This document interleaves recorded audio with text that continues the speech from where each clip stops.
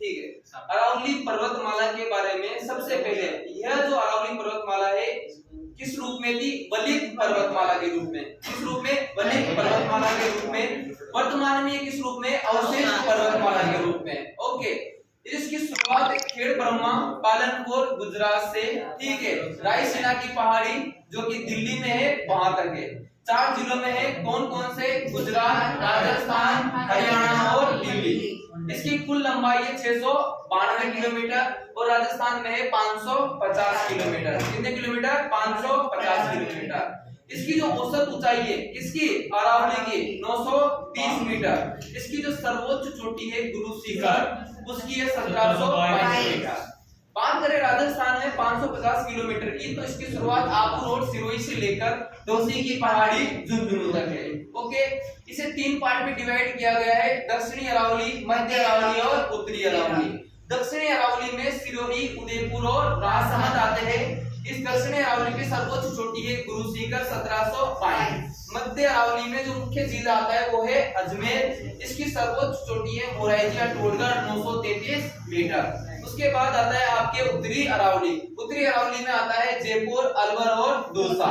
जयपुर, अलवर, दौसा।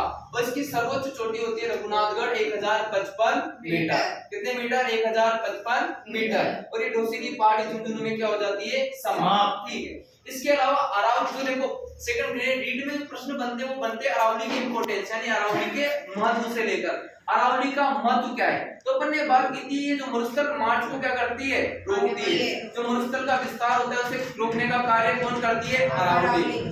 जो जल विभाजन का कार्य करती है, मतलब कि अरावली के पूर्व में जो नदियां बहती है वो कहाँ जाती है? आपके बंगाल की खाड़ी में। और पश्चिम में जो बहती है वो जाती है अरब सागर में। और अरावली के पश्चिम में 0 से 50 सेंटीमीटर वर्षा होती है और पूर्व में 60 से 120। तो मतलब कि अरावली जल विभाजन का कार्य करती है। और हाँ, अरावली जो बंगाल की खाड़ी से जो मानसूनी वर्षा होती है उसमें भी क्या है? वो सहायक है। क्या है? सहायक है। अरावली को क्या बोला जाता है? खनिजों का अजायब घर, क्योंकि यहाँ पर बहुत सारी मात्रा में क्या पाए जाते हैं? धात्विक खनिज। उत्तरी अरावली में आप देखोगे तो तांबा पाया जाएगा। क्या पाया जाएगा? तांबा। मध्य अरावली में आपको लोहा पाया जाएगा अजमेर वाले पार्ट में। और दक्षिणी अरावली में आपको पाया जाएगा सीसा, जस्ता और चांदी। तो मतलब यहाँ पर मुख्यतः क्या पाए जाएंगे? धात्विक खनिज। उसके अलावा अरावली किस लिए है? इसका इंपोर्टेंस किस चीज में पाया जाता है अरावली का? बताओ।